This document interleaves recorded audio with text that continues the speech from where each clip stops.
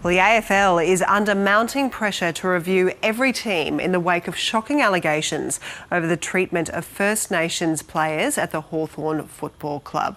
The football world has been thrown into turmoil just days out from the grand final after allegations that key figures at the Hawks demanded the separation of young players from their partners.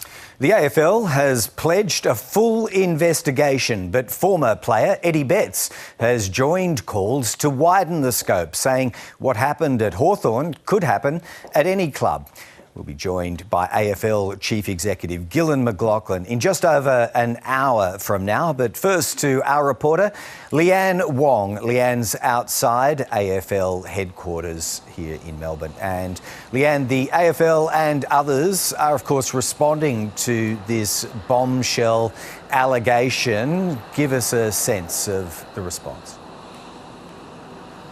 That's right, Greg. You mentioned that we're about to chat to Gillon McLachlan soon. He said yesterday that these were extremely serious allegations, which is why it's prompted a full independent external review. We've also heard from former players such as Jordan Lewis. He was a four-time premiership player. He was at the Hawks during the time in question.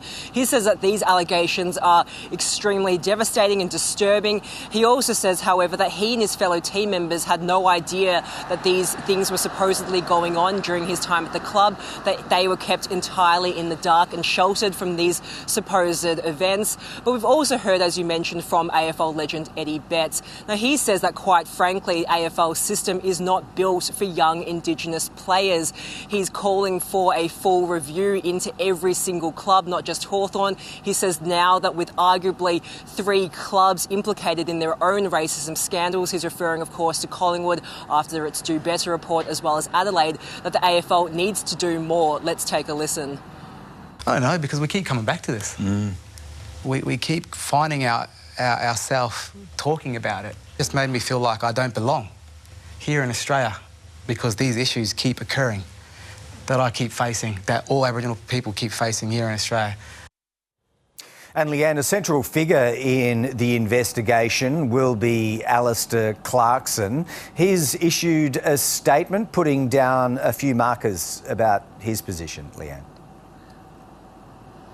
Last night, Alastair Clarksons indeed did put out a very strong statement.